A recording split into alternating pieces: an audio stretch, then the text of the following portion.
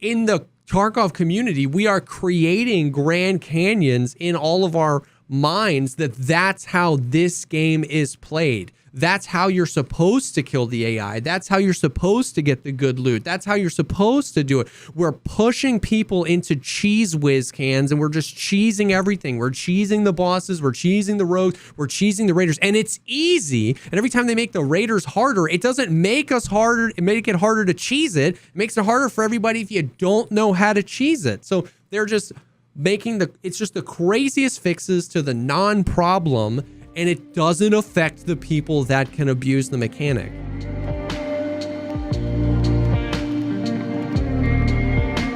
What's up, everybody? Welcome to the podcast, a show dedicated to talk about all the progress things in life, like music, content creation, and video games. I'm one of your co-hosts, Jesse Kazam.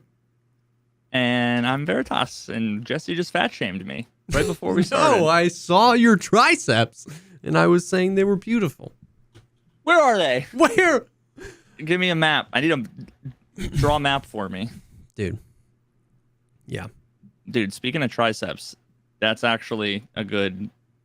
I was going to say segue. Is it a segue if we're literally just starting yeah. with the thing? But have you ever seen the documentary Free Solo? No, but I know exactly what you're talking about. One of my friends has been trying to get me to watch that movie. I'm not against it. I just haven't got around to watching it. You're morally and ethically... Yeah, I stand against Free Solo. No, but I've heard it's incredible. Yeah, 100% you should watch it. I don't know how I ended up in this rabbit hole of back into rock climbing related content. I always liked rock climbing, and that was one of the things that especially in college I really liked was anything related to body weight stuff, just because I've never been clearly I'm not a big guy. Yeah. But back in college I was in much better shape than I am now, and I've always had a decent power to weight ratio. Yeah. I never remotely came close to benching a ton. Yeah. Or anything like that. But I could do 30 pull-ups and yeah. I used to do chin-ups with hanging 45 pounds for my waist, that kind of thing. Yeah. But I couldn't bench 135, you know what I mean? Yeah. For more than one rep. So but yeah, so I always kind of enjoyed rock climbing, and then lately I was you know what, I've been trying to think of something to do, because not really interested in getting back into cycling this year. But I need to find something that I'm not gonna to prevent me from dying before I hit 50. I've always been fascinated and attracted to I love lifting weights. I did a kind of strongman lift regiment for a while with my friend. That was I did that 5 days a week with my buddy. It was the strongest I'd ever felt. And then we had our first child, and I haven't worked out once a day since that was 4.5 years ago. I miss it so much.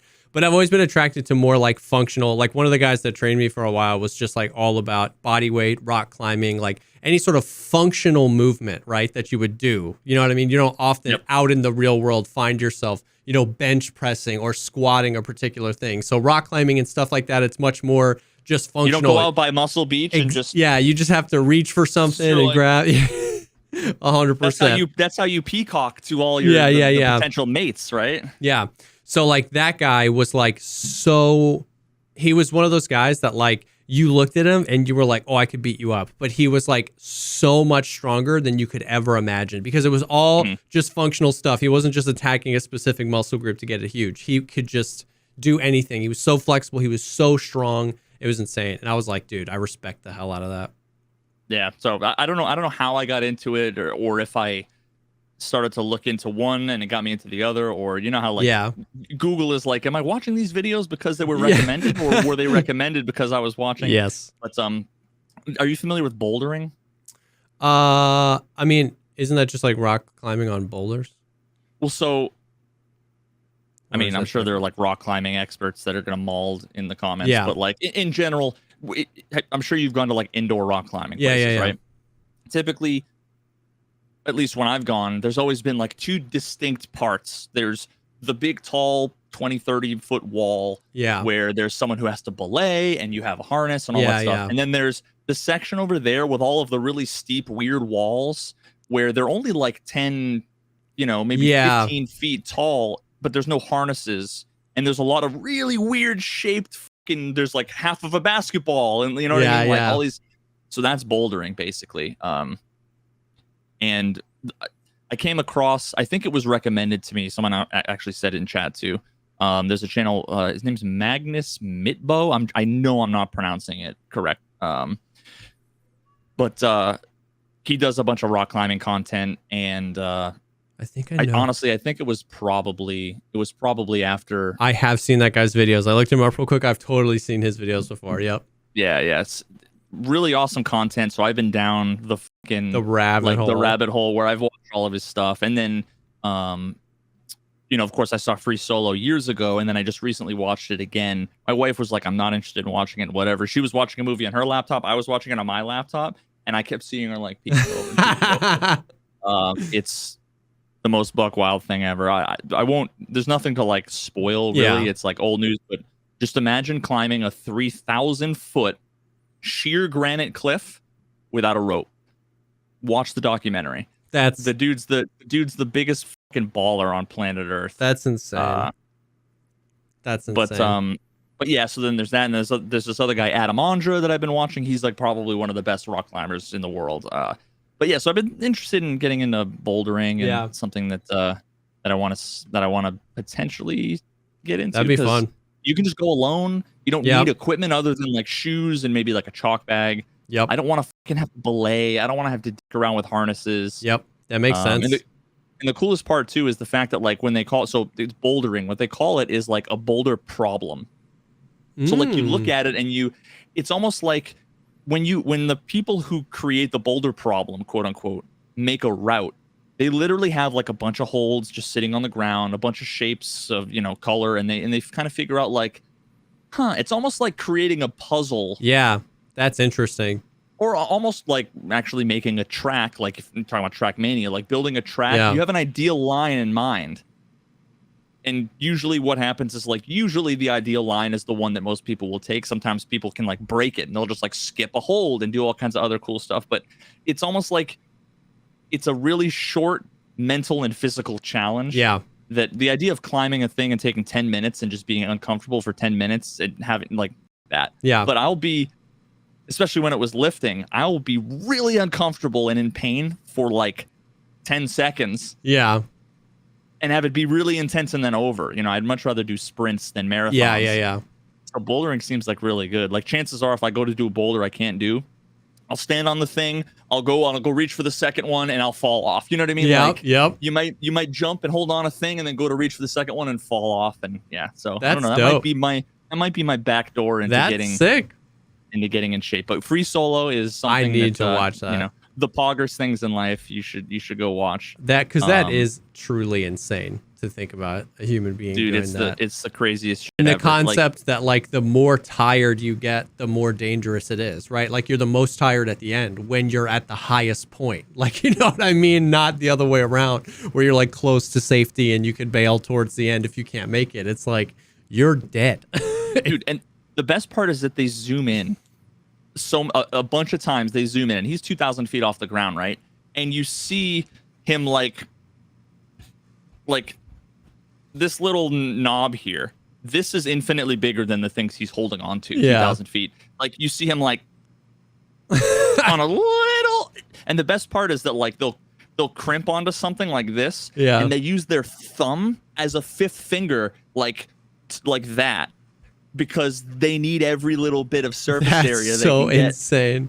It's like, oh god, yeah. So, and there's something really satisfying too, just about watching people do that. Anyway, I'm stoked. You should check that out. And and I have my book report prepared for. You told me you recommended Everything Everywhere All at Once. Yes. Did I? I don't think I responded. Or I didn't say anything to you about it yet. We haven't talked about it yet. Yeah, it was 2 weeks ago I recommended it. Last week the wipe had happened, so we were just talking about that. And then so I watched it a few days after you recommended it to me. Dude, I wept. Yep. At the end. Yes. Like utterly wept. Yeah, same. Like no, I'm not even fucking ashamed. No. It was another one of those things where like I wept, took about 10 minutes to fucking get my shit together, walked upstairs and like went and snuggled with my wife. Yeah. Like, what are you doing? And I'm just like, nah, I just love gotta, you. like, yeah, like, Yeah. And the weirdest part about that movie is that the entire premise, like the whole core conceit of that movie, is something that I've been really weird. Like that's been something so I think about my whole life. I've thought about in the weirdest context. It's like one of the stupid things that like I'm embarrassed about, where I'll be in a weird situation and what I will do is think about like what would happen if I did X. X being the least likely weirdest shit ever. Yes. And then I think about like, what if their response to that was like this other thing that like there's a universe in which, you know, I would go up to the woman making my sandwich at Subway and I would just go like out of nowhere. And that her instant reaction would be, she was thinking right before that, she'd be thinking, man, it would be so funny if a guy came up and went, and then she would instantly go, and it would be like, what's the cosmic chance of that? Yeah, but it's a non-zero chance that I would walk into Subway and go, and then instantly the woman would do the same thing, and we would both, and then we'd get married, and it would be like happily ever after. You know what I mean? I think about random shit like that all the time, where I'm like, what's the least likely thing? And the whole premise of the movie is like, do the least likely thing in any situation, most ridiculous thing. And oh, dude, it was such a good movie. It was crazy because it executed so well on so many different levels. Like remember when I told you were like, what is it about? I was like, it's a sci-fi movie about the multiverse, but everything you think of when I say that is wrong.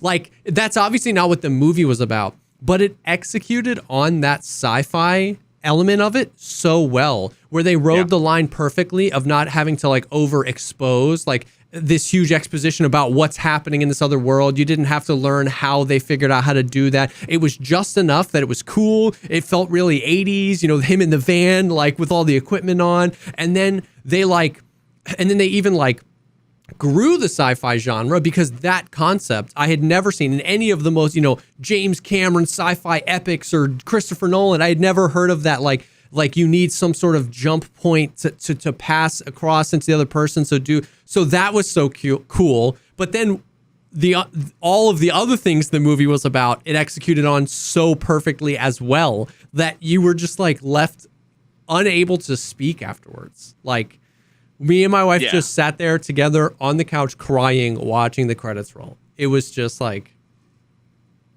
It did exactly what, and I remember when I first watched the trailer.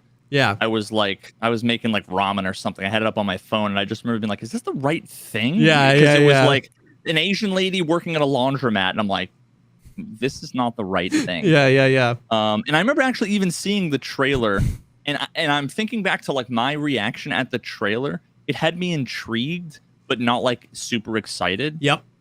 Like I think they could have done a much better job with the trailer. Yeah. Because it was one of those things like they almost lost me at the trailer. Yeah, you just really... Like, if you hadn't have sold me on it, I wouldn't have watched the movie. I was the same way. I just kept hearing it was so good, so I was like, we'll give it a try. But I've always hated the whole like parallel universes thing in other movies, because it's always like there's a parallel universe, you know, like the Upside Down. Yeah. There's a parallel universe, which to me is infinitely less likely than there being an infinite number. Yeah. So I love that it took it to the logical conclusion, because my fucked up brain says, okay, if there's parallel universes, then there's a parallel universe where literally everything else is the same except I'm purple. Yep. And that's the movie. Yeah. Like, and that's the movie. You know, it's like, dude, the best, the whole... Dude, yeah. Unreal, dude. Unreal. Hot dog fingers. The hot dog fingers is... And at the end, the most ridiculous bullshit is part of what made me like weep. Yeah. Was there was just so many weird elements to that all put together to like, oh God, it's just so fucking good. It was so good. And I love that like the boogeyman, and I don't even mean the character, I just mean the concept. Yeah. Is the most arbitrary bullshit, whatever. It could be anything. It's a giant fucking bagel. Like it doesn't. Yeah, dude. Oh god, it's so good. Just watch the movie. The movie. Yeah. Everything, everywhere, all at once. It's unreal. We should be getting paid for this, dude. And then like after like all the chaos, like once again, it's not going to spoil anything. After all the chaos that had happened up into the movie, the like 90-second scene, the first time where they're the rocks, and that had me like laugh. Exactly. Crying. That is assaulting you emotionally in complete silence. After that's like every frame of painting level. 100%. After all the prior in the movie is an assault on all of your senses, assault on sound, assault on visual. Like it's just crazy. It just takes this moment to just completely stop and then pick back up, and the craziness just continues to elevate after that. It was like an intermission that punched you in the gut. It was insane. It was insane. It felt real. It felt like real people made it. It felt like a real story. It didn't feel like a multi-billion-dollar corporation trying to sell us on some real current event thing. It just felt so real. Like I'm convinced none of them took a salary. Like it was so emotional. It was so raw. It was so real. Like unbelievable. Unbelievable. Yep. It was a very good movie. It's now amongst the top 5 movies of all time. You like literally, I think I can only remember 3, right? There was Dark. Yeah. Severance. Yeah. And Everything Everywhere All at Once. Yeah. And, like those 3. Yeah. Two TV shows and 1 movie. And now those 2 TV shows are in my definitely top 5, maybe top 3. And I think Everything Everywhere All at Once is almost definitely in my top 3 as well. I think it's like Saving Private Ryan. Interstellar is number 1. Yeah. Saving Private Ryan is probably number 3 now, and Everything Everywhere All at Once probably number 2. You're on fire, dude. Yes, I love it. I've been passing them on all to my barber. Every time I sit down to my fucking barber and everything, he's like, "All right, what you got for me? What's the homework?" That's funny. I was actually talking to my barber about it too the last time I went, and we had just watched the day before, and I was like, "Yo, you seen any movies lately?" And then he was like, "Yeah," and we talked about it. Oh, chat, if you're listening to this and you haven't seen that movie, please go watch that movie. It's very, very good. But yeah, so Escape from Tarkov is still a thing. It's still happening. And not a whole lot, not a whole lot has changed. We got some patches that have done some small things, some things that have shifted around. One of the biggest things that's floating around in the community right now, I have it right up at the top, is just like how weird and bad the desync is. Now, there's like, what's hard is that like I've seen some clips and I've seen some moments live that were pretty nuts, like pretty inexcusably nuts, but I haven't really felt any of that personally. Like my experience with the desync in Tarkov is it's just as bad as it has always been, but I've seen some stuff that's way worse. Way worse. I mean, yeah, I am. Whenever I go on Twitter, I can't help but see. And then you sent me something, and then it sent me. Yeah. Did you see my like array of tweets? Yes. That I tweeted? Yeah, you can thank anybody who saw my shit on Twitter. You can thank Jesse for that. But like I've seen everything from the desync is the worst it's ever been. Yeah. Oh my God, look at this clip. Yeah. And then all the way on the other side of things, like I haven't seen any of that. To which I can say, yeah, I've experienced every part of the spectrum. This is the worst it's ever been, and it's like, well, that's par for the course. Like that's the normal Tarkov I remember for the last multiple years is like that. And I mean, the only thing I can say is if the server is shitting its pants and freezing 1 second out of every 3 seconds, then every fight you got a fucking 1 out of 3%, one out of 3 chance to experience it. Yeah. So now what's weird though is like I have definitely seen clips that are worse than anything I saw all last wipe. Like that Tiggs clip was nuts, where like he was shooting him in the face so many times, he the guy was falling over dead, and then Tiggs got shot by the shotgun, and then the guy rubber banded back behind the wall, and then that was where the guy died. And then he went downstairs and died. After the stream the other day, I went on the couch to lay down. I pulled up Landmark. I watched this live. Landmark was super frustrated because if stuff like that had been happening to him all day. He was on Factory, and he turned the corner with a shotgun, completely naked dude. Boom, boom, boom. Landmark stops shooting. That guy shoots 2 times and then falls over dead. Like, the time between Landmark shot, stopped shooting, that guy was like pew pew pew with his pistol, and then just Landmark had just given up. Landmark was just standing there looking at him, and like 2 whole seconds later, the guy was like, ugh. I watched that happen live.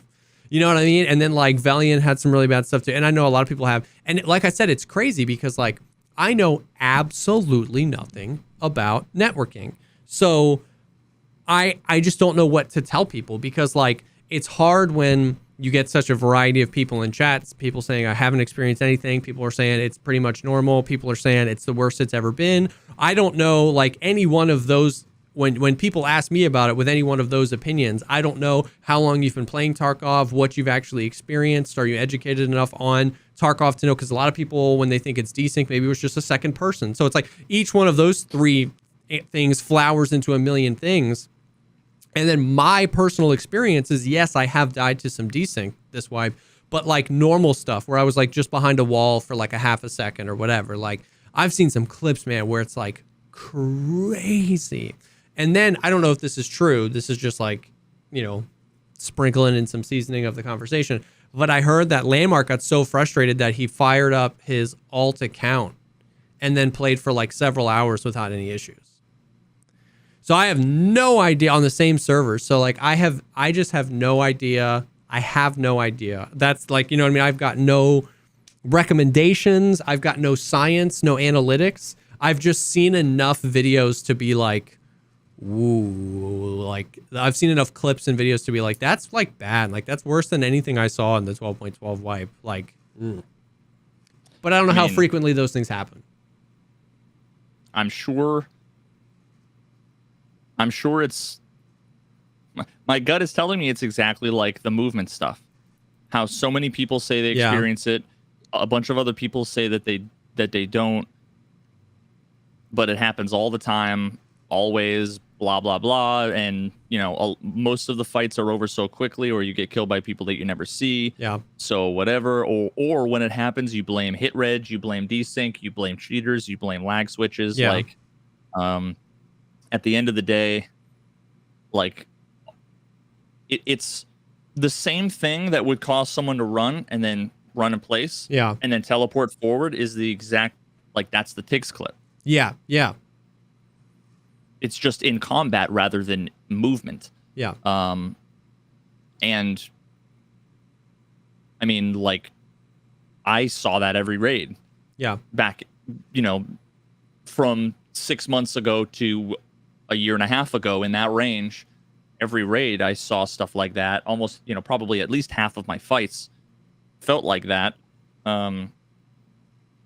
Which I think, like, over time is partially what made me get less and less and less less and less confident, you know, because so many times I'd have the perfect angle and the perfect timing, and I go to pull the trigger and then it would like stutter. Yeah. So then after a while, I got trained to just not try to one-tap headshot, and instead to aim center mass and to just spray. Yep. And then with the movement and the recoil changes and all that stuff, then it made it super hard. And probably all the people that hadn't been slapped on the wrist for actually being prepared and for pre-aiming and whatever, they were doing the thing, and they just would win the coin flip more often. Yeah.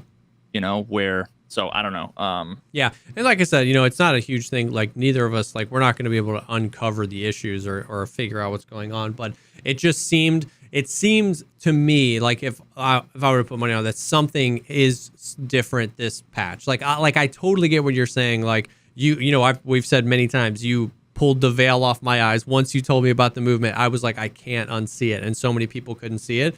But like, if that was happening in combat that bad, it would have been also all over Twitter and Reddit and everything last wipe too. Like whatever's happening feels like it's gotten worse because I'm seeing more egregious, like examples of the exact same thing, but like way more egregious examples from trustworthy sources and clips all over the place, way more consistent. And it's like, it's weird because like the first few days of the wipe seemed to be fine. Nobody was posting that. So I don't know if it's something, I don't know if something's gotten worse. It's hard because I've played an unreasonable amount since the wipe, and I don't have a single clip of that. You know what I mean? I've probably played 60 hours since wipe day, 60, 70 hours since wipe day last week, and I don't have a single clip to show you like that. So it is hard. It is so subjective that like there's literally a bajillion things. You know, Landmark's freaking router could have popped the circuit, and nobody knows. Like, who knows? But it's like, it's hard because it definitely brings morale down. You know what I mean? Like, it's whether that's justified or not. You know what I mean? It's like, we've seen it before where a few big streamers start saying X. If a few big streamers start saying there's cheaters everywhere, everyone starts saying there's cheaters everywhere. And so, but it's definitely been weird. Like, I definitely haven't seen anything that bad in a long time. Yeah. I mean, I would bet thousands of dollars, like literally thousands. Like, feel free if you want to fucking take me up on this bet. Anybody, not Jesse, but anybody. You want to bet fucking 4 digits that the issues that we're seeing are not people's fucking routers, and it's not people's. It's not agree. ISPs. Yeah. It's a Tarkov issue that it's been in the game forever. Yes. It might be way worse than, you know, and that's than it has been. Yeah. But like, that's the most likely explanation to me, is that it's existing issues just getting worse than some crazy new desync issue. Like, all of the people that have been like malding on Twitter, all of the content creators that are a part of like the new generation. Yeah. They're all malding about the things that I was malding about a year or 2 years ago, that they weren't. Yeah. They either weren't experiencing it, or they just weren't playing then. They weren't playing, or like whatever the reason is, right? Like, what I won't say they weren't talking about it. Yeah. And I was, whether they weren't experiencing it or whether they were just like still green around the gills, or, you know, when it came to like, they were in the honeymoon phase and they weren't annoyed with the bullshit. That's exactly what it looked like. I saw that and was like, oh yeah, that's 2018, 2019, 2020 Tarkov, and then all these people are like, look what's happened. It's out of nowhere. I've never seen this before, and it's like, okay, well, go watch my netcode video. Yeah, I made a year and a half ago, and those types of clips, full of clips like those types of clips are definitely not things I've never seen before. Just types of things I didn't see last wipe. So that was what was concerning. Is that like, it was like, man, are we going backwards? Because you didn't see last wipe, but what you mean is you didn't see from other content creators, right? Because you're not experiencing it now. Correct. Personally. Yeah, correct. I'm saying that like, I didn't see a single clip posted on Twitter or Reddit or anywhere being like with desync that bad last wipe. And in the past 3 days, I've seen 20. So that's not any sort of scientific proof. But it's like, I'm on Twitter, I'm on TikTok, I'm on Reddit, I played the game a lot, I streamed to 500 people, and in 3 days, I've seen and heard of like, and seen clips of like insane multi-second desync. In 3 days, I've seen more clips than the past 6.5 month wipe. So all I'm saying is like, anecdotally, it seems like something that was already bad seems to be getting worse, or maybe it's only affecting a few people or a certain server region or whatever, I don't know. But like, basically, just long story short, is like, oof, that sucks. You know what I mean? It's like, I don't know. Yeah. I mean, I think we've all experienced this. You know, maybe not regularly, but I mean, remember the dance of Tarkov? Like a few of those clips were you. Yes. And they were. That was crazy. Rubber banding the TIG stuff, where it was just like rewind, teleport forward, rewind. You would rewind. Everybody would be like doing this all over the place. Like, and that was been around 2 wipes forever. ago. Yeah, that was 2 wipes ago. And it always at least felt, once again, anecdotally, that all that stuff like got out at the beginning of the raid. Like all last wipe, you would like every single duo raid I did last wipe, you'd spawn in, you'd run 3 steps, the duo would run in place, and then Roadrunner up, and then it would never happen again. And that never happened in combat with anybody, but it happened every raid of the entire last wipe. It was crazy. So like, and then the Dance of Tarkov stuff too. Yeah, like that stuff was not, that was 2 wipes ago. And that, once again, that's all I'm saying is that like last wipe felt like it got better, and then we're seeing some of the stuff we've seen before. We were even reminiscing today about like who was around in the like point like 10.5, like the stutters. Like that was like, as soon as, remember all the like wives tales and like rumor mill around like if you loaded 30 different types of ammunition, you would overload the server and you would cause your enemy to like stutter. Like that was like real stuff floating around. It was so crazy because people were trying so hard to rationalize and figure out why. For all we know, that was fucking like, at this point, it's too far removed from the fucking original Shroud of Turin event that like maybe it actually, maybe that's, we can't test it now. No, maybe that was the cause. I don't remember. And the scavs would spawn in, the whole server would like, ugh. Yeah, I can't remember if those ridiculous things were in my mind because they're so ridiculous, or they were or because they were so true, and that's what was so ridiculous. I don't know. But basically, it's just been floating around, and I just wanted to mention it. Well, yeah, and then, I mean, the worst part of that though goes back to like kind of what I had tweeted about, like part of what makes the community so toxic is this. You take a couple of steps from the game is so shitty to some people in very specific ways sometimes, and then that branches off. There's two outcomes, and they're not mutually exclusive. One, it doesn't happen to me, so either it's not happening to you or it's your fault. Yeah. Have you checked your router? Have you checked your PC? Who's on your fucking Netflix account? Whatever. Yeah. On one side, and then what was the other one? Oh, and oh god, I can't. Oh, and okay, and then the other side half of the community was that's cheaters. Oh, that's lag switches. Oh, that's desync. Oh, that's this. I have an explanation, and it's these 17 things. Or that then branches off into who cares? Fix the cheaters. Who cares? Fix the X. Who cares? Add more content. Who cares? So there's three, no matter what happens, when shitty, unfortunate things happen in the game that are problematic, what's worse than the game is the community either gaslighting you, pretending like they're experts when they're not, and trying to explain the situations, or completely changing the subject to other bullshit. Yeah, or agreeing with you, but taking it too far. You know what I mean? Being like, oh, that happens to me every single raid, and this is like, all right, it's not that bad. Take all the developers to the fucking gulag. Yeah, exactly. And you're like, whoa, like, yes. This is problematic, and it just proves that Nikita is a money grubbing piece of shit. Yes, you tweeted that thing. Like one of the responses was like Nikita right now, and he had all the money, and it was like that was such a far jump for Tiggs to be like, yo, look at this clip. It's nuts. Is anybody else experiencing it? Because I'm experiencing it all the time. For some, like, exactly. Somebody, like, and not even somebody did, like, literally go look at freaking Veritas's Twitter. But, like, responses to that tweet were like, get good, you suck.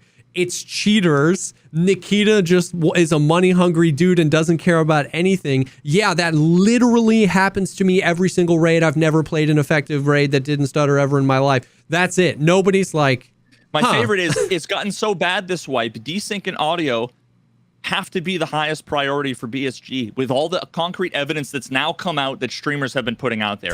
Yeah, it's almost like, wow, it's amazing. All of a sudden, the streamers are putting out evidence. No. Now the only thing that's happening is streamers are fucking malding and posting their the most cringeworthy clips ever, which rightfully so. Yeah. But nobody put out more concrete evidence than I did. It wasn't malding. It was clips and malding and research and whatever, and nothing was done. You just did it, dude. You were just too early. You were one generation of Tarkov too early. You were malding when the whole community was in the honeymoon phase of Tarkov. They were all gaslighting and they were all me when I was in the gaslighting malding you. phase. Now you left Tarkov. Everybody in the Tarkov community is malding, so malding is cool. Dude, I was malding before it was cool to mald. I'm a malding hipster. Dude, I'm a maldster. I'm a maldster. Bro, it's so funny though, because like low key it's kind of true. But it's just like I remember how I've been welcoming you slowly into the into the like, well, now more people are slowly coming into the, oh, well, now you schmucks have been in just long enough to now you're starting to see how you're gonna get gaslit when you experience major issues. Yeah. Just wait. And then now everybody else is gonna experience the fucking trifecta of, you can't complain about things because they're going to get misunderstood. Yeah. They're going to get gaslit, blah, blah, blah. You can't win. And that's why I haven't played Tarkov until I played one raid. I killed the level 1 Timmy. I'm fairly certain he was tabbed out of the game or in his inventory. There was an airdrop. It wasn't really that loud. I looted some things and I just GTFO'd. But you extracted. Yeah. I mean, the only noteworthy thing I noticed that was different at all was that plane wasn't way too loud. Yep. And the like head bobbing, I actually like. Oh yeah. It's weird. It's a not little like abrasive at first. bobbing. Yeah, correct. It's not like the old head bobbing. It's correct. It's what happens when you run. Yeah. Because human beings have necks that. Yeah.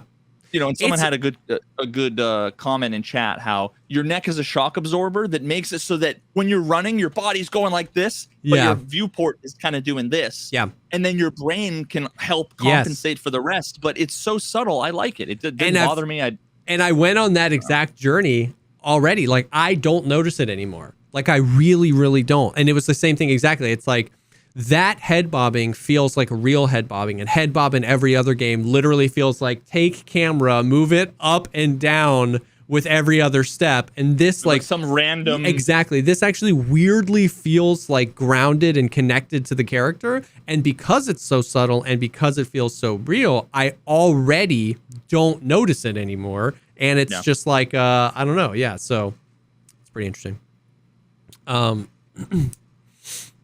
Yeah. So it's interesting. They made a bunch of changes. They reduced the requirement for Kappa down to 55, which is a good thing, really. I don't even remember. What was it, 69? 62. It was, 62. Chat, correct me if I'm wrong. It was, you could get the collector quest basically just whenever you were done with the quests originally. So you could get it at like 43 or 45. And then they had the one wipe. The only wipe I didn't get it. Would they bring it to 72 or something like that, or 16 or 69? It was something stupid. And then 75% of the way through that wipe, it was 71. And then 75% of the way through that wipe, they dropped it to like 66. But everybody was like, well, I'd already given up. I'm not going to go grind for it now. I already got it, or I already gave up. Yeah. Then last wipe, 12.12, they lowered it again to 62. And then this wipe, it's 55. Which, in my opinion, 55 is a perfect level, and they should have just gone from 43 to 55. Like, goodness gracious. 55 seems completely fair. If you're a standard account, Andy, you're going to get the Epsilon way before then, so it feels like a natural progression. You can get Epsilon in your 30s, 40s, depending on when you do Punisher, then grind up to 50s, you get Kappa.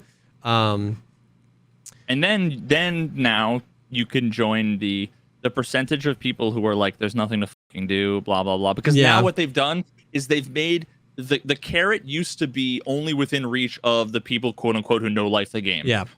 It was only streamers, because only streamers play video games a lot. Yeah, right? yeah. So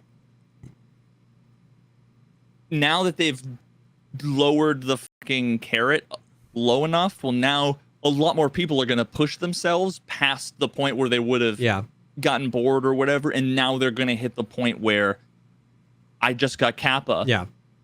Now there's nothing to do anymore, because partially people are going to want to brag that they got Kappa, while also malding that I am now like Landmark. I got Kappa, and now I'm annoyed that there's nothing to do. I have transcended from this is my third wipe. I'm a veteran, or whatever. In my opinion, the only missed opportunity here is that they didn't put something at 62. They should have put a bear and a USEC top and bottom at 62. It literally could have been the ugliest one. Like when you think about the Twitch Rivals armband, if you find a Twitch Rivals armband, you can instantly trade that for anything you want in the game. LEDX's, graphics cards, marked keys, whatever, because it's rare and abrasive. You know what I mean? You kill a guy and you see it. It's purple. You know what I mean? It could have made him the ugliest one. But top and bottom, and people, and every single person that grinded for Kappa last wipe when it was 62 would grind to 62 for those things too. Because like, if you're good enough to in a wipe grinds to the mid to high 60s for an item, you really don't need Kappa, and you're only doing Kappa because it's the only thing left to do. So if they moved Kappa but gave you literally anything else to do, you would have done it. You know what I mean? So like more people could have got Kappa. There still could have been a carrot at the end of the stick. It doesn't feel like it takes 6 months of dev time to come up with one additional top and bottom for the Baron USEC. Doesn't affect gameplay at all. In my opinion, that would have been a huge win-win. But all that being said, I am glad that they lowered it to 55. It's such an irrelevant thing, the Kappa. You know what I mean? Like, dude, what do you mean? It's the most it's important OP. thing. It's pay to win somehow. I mean, well, people they were unironic. I mean, this is a meme, but unironically complaining about the fucking MBSS being pay to win, let alone the Gamma. Yeah. You know, let alone people used to fucking suck on the corner for Epsilon container. Yep. You know. Yep. That has to be the intro. That does have to be the intro. Jesus. So Kappa down to 65 is good. It's funny how immediately, by the way, like the cult awakens. It was like Logical Solutions, whatever, the data miners were like, hey, we noticed Kappa got reduced to 55. And like in 13 seconds, people were like, oh, that means that this is going to be a shorter wipe. They have plans to, they're going to wipe really soon with a bunch more content. And I was like, no, dude. I was like, it's been an entire calendar year that we've been asking them to lower the Kappa level. I think they just lowered the Kappa level. Nikita already has the plans and the foresight and the wherewithal to know exactly how long it's going to be until they... And this is the camping at the end of the world thing, where one of these times they'll get it right and they'll be like, see, I was... Now, some people were doing it... Did you finally end up watching that, by the way? Yeah. Okay. Now, some people are just like doing it to kind of mess around or troll or just like to throw stuff out. But like the amount of people that like really, it's like we do every time. Like Nolan gets a really bad rap for this, nice guy, where he'll make a video and he'll be like, the format of his videos will literally be like, hey, this is everything that's happening based on everything we know in Tarkov. This is what I think is going to happen. And then he'll be like, now for the like crazy meth head, crackhead stuff that there's no way this is going to happen, but I just like to talk about conspiracies. I think this could happen. And then people will take away from that video that thing is happening. And then they'll start like perpetuating it. And it's so... Wait, so he's getting for that now? No, I'm just saying okay. it begins like a waterfall where then people come into chats and they're like, did you hear this is happening? It's like, dude, how did you get that far in Nice Guy's video and not hear him say that there's like no way this is happening? I just like to theory craft and mess around and have fun. You know what I mean? And it's like, it's so funny. But yeah, dude, immediately people were like, dude, short wipe. Kappa at 55, short wipe. I was like, I really don't think Nikita cares. Like, you know what I mean? I don't know. Nah, dude. Not every time Nice Guy says anything about Tarkov, it's like when Elon Musk tweets about fucking Dogecoin or whatever. Yep. It's all some sort of fucking... I would have loved to know the numbers on how many people got Kappa last wipe. I want to know, like, they always release the like stats on like how many people died and how much loot was made at the end of a wipe. I want to know like what was the average level? Like, you know what I mean? How many people got to 70 plus? You did get Kappa. You got Kappa before me. Oh yeah, that's right. So I would just love to know that. I would love to know that, because once again, like, people come in all the time and they see me. So like I've grinded. I've played a lot. I'm level 33. I know there's guys out there that are already in the 40s, but like I'm level 33. so, you know, I've been running like a class 5 armor and a helmet with a face shield, and people are like, holy cow. They'll come in and be like, dude, is it even worth starting the wipe? Like, if people are already chatted up? And it's like, dude, me and 14 other people are chatted up. Go into factory, and 9 out of 10 people you run into are naked with a pistol trying to get their 3rd quest done. Like, this is not, but I get it, because the streamers tend to be the people that play a lot, have played for a really long time, and grind to the top. So if that's all you see, so like, I want to know how many people got to what level last wipe, just for fun.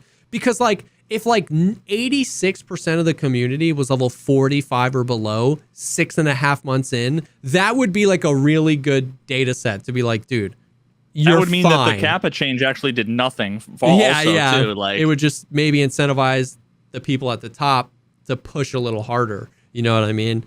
Not people at the top, people at the top of that 80%. Anyways, it's just interesting stuff. I'd love to know those stats. I mean, I don't think they'll send it to us, but I would just love to know those stats.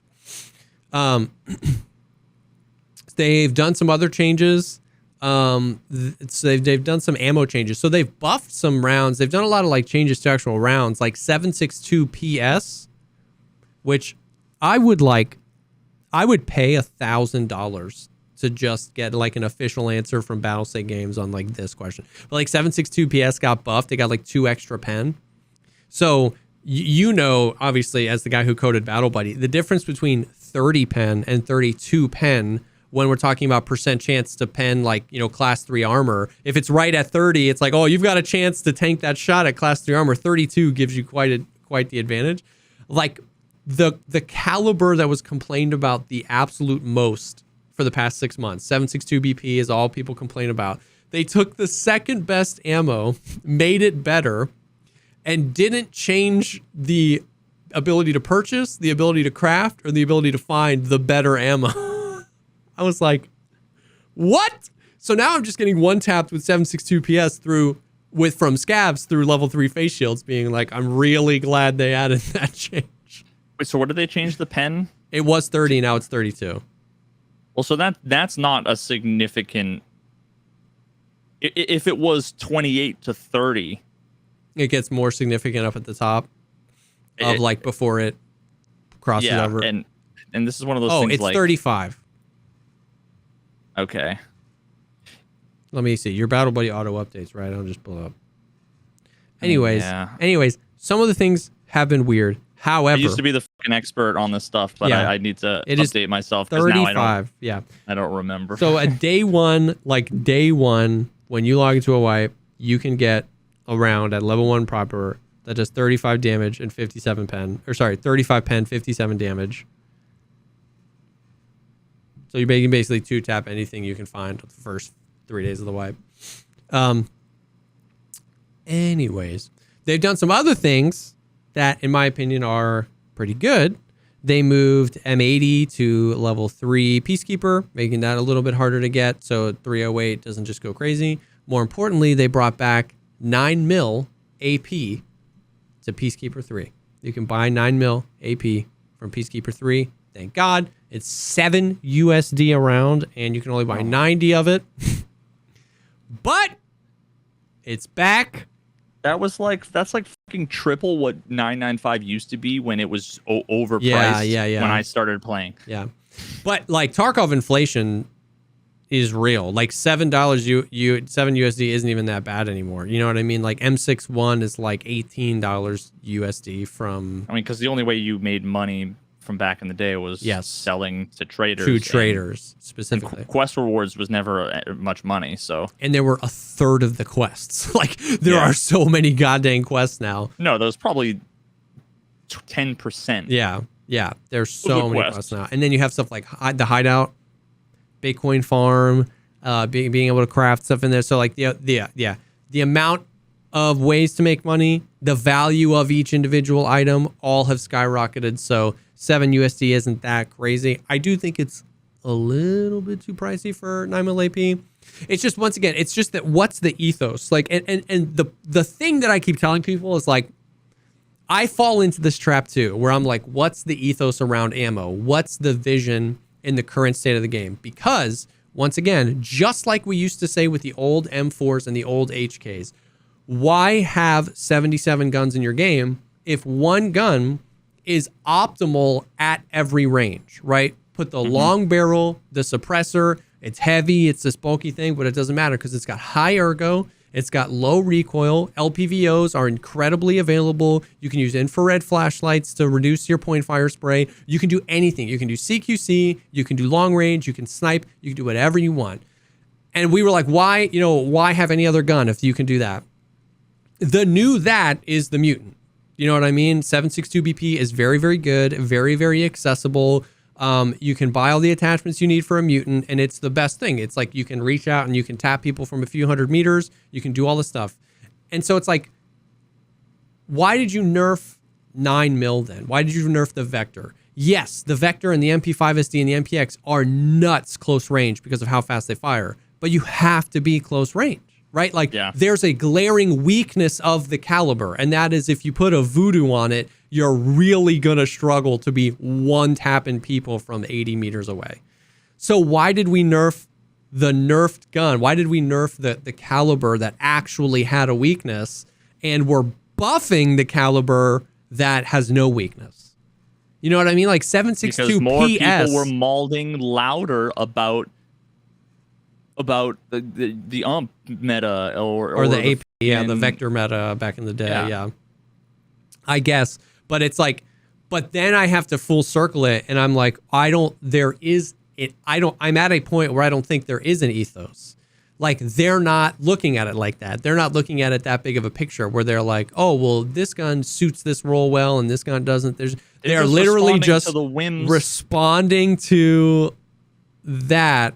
But even that is inconsistent because I couldn't believe that they didn't change 7.62 BP this wipe. Because even though everybody was using it, it was the most complained about thing. The most complained about ammo of the past 6-8 months has been, honestly, it's been the most complained about ammo for the better part of a year. You remember that Christmas gift they gave us? It was 800 rounds of BP or whatever, and the AK? Like that began the BP's a great round, and it is.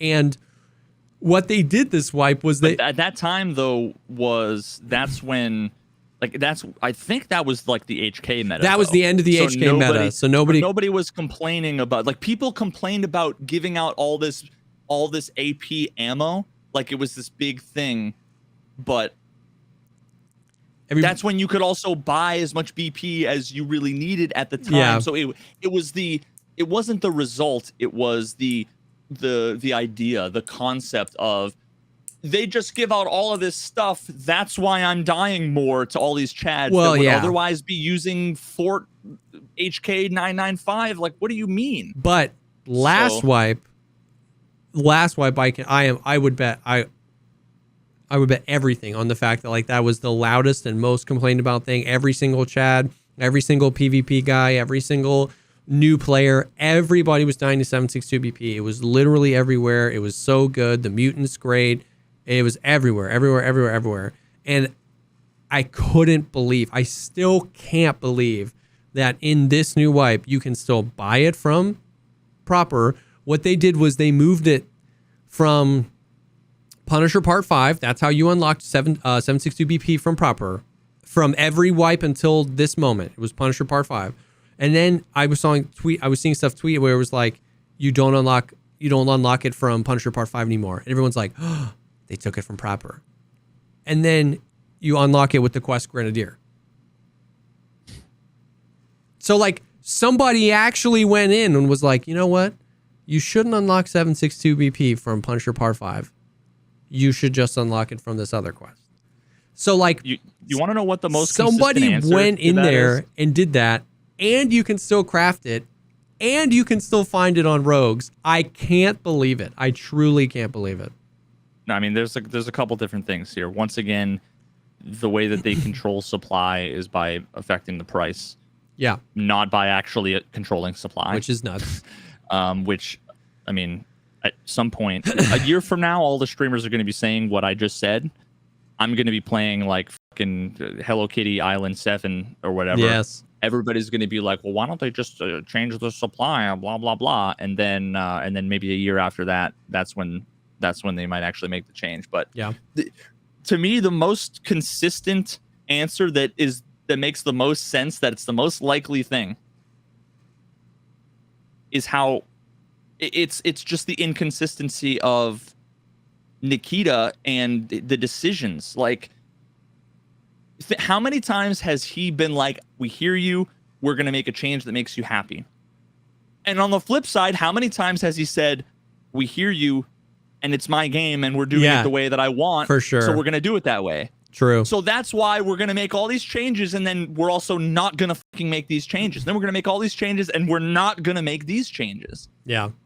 He's Russian. He loves his fucking 762 by 39. Maybe that's probably it. Maybe he just loves 762 BP, and he wants 762 BP meta. Maybe that's it.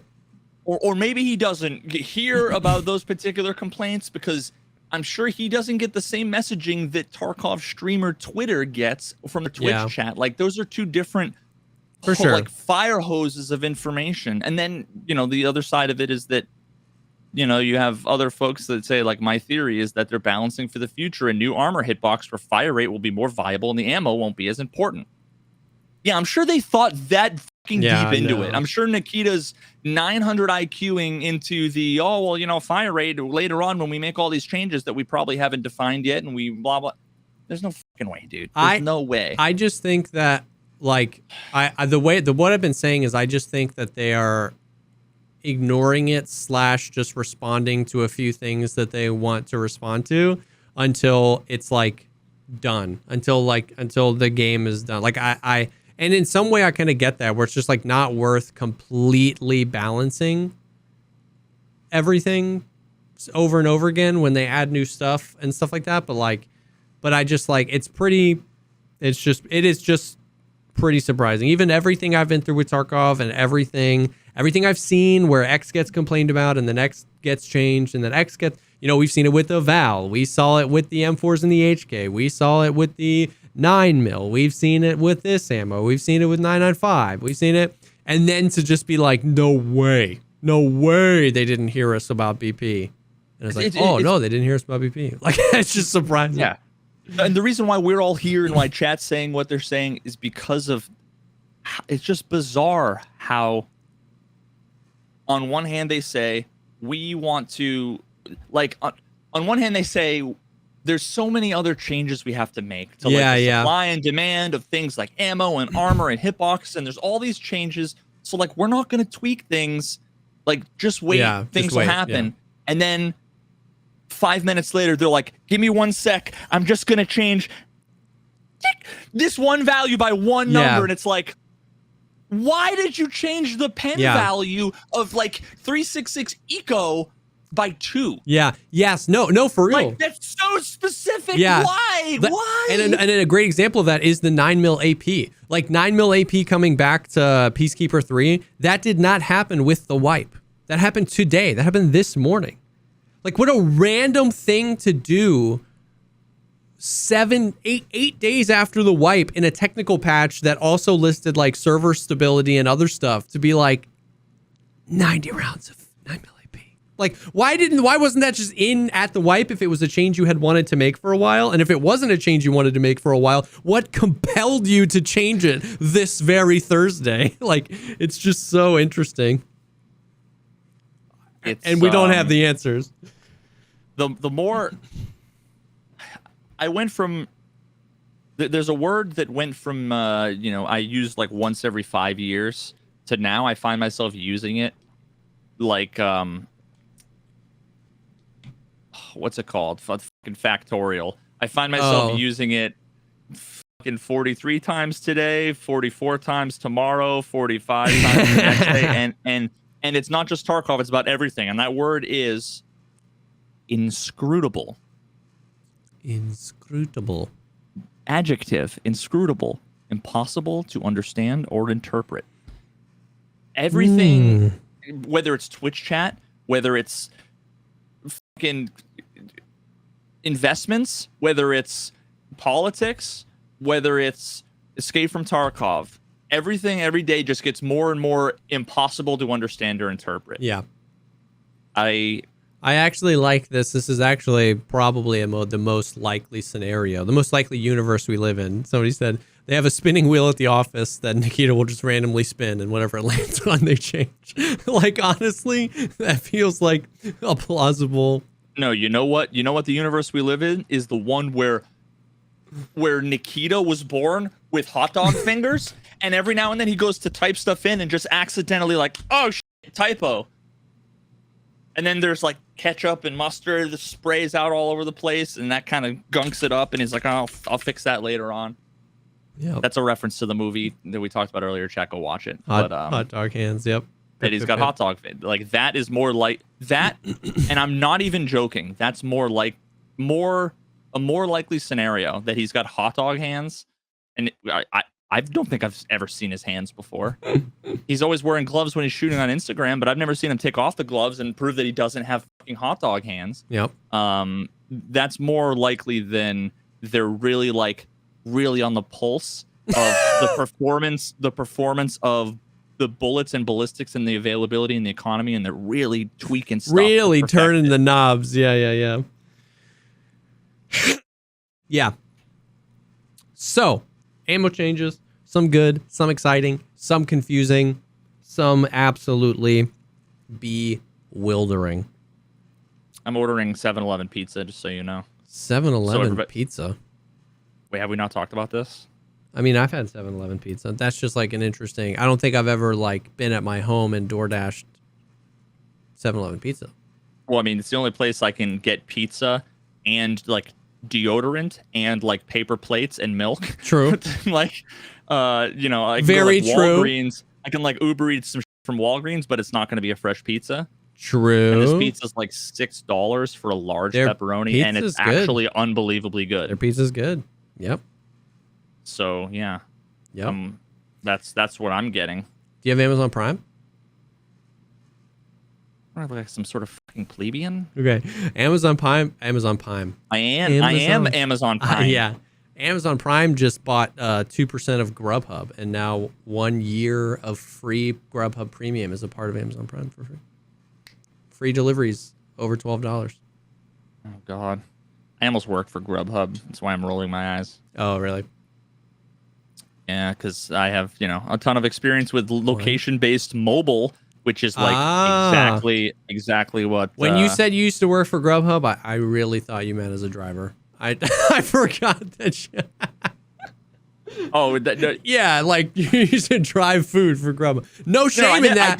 I didn't work there. I know you said you almost did. Yeah. And I thought that meant you like almost started Grubhubbing. You know what I mean? I just forgot. I mean, the software dev part of it.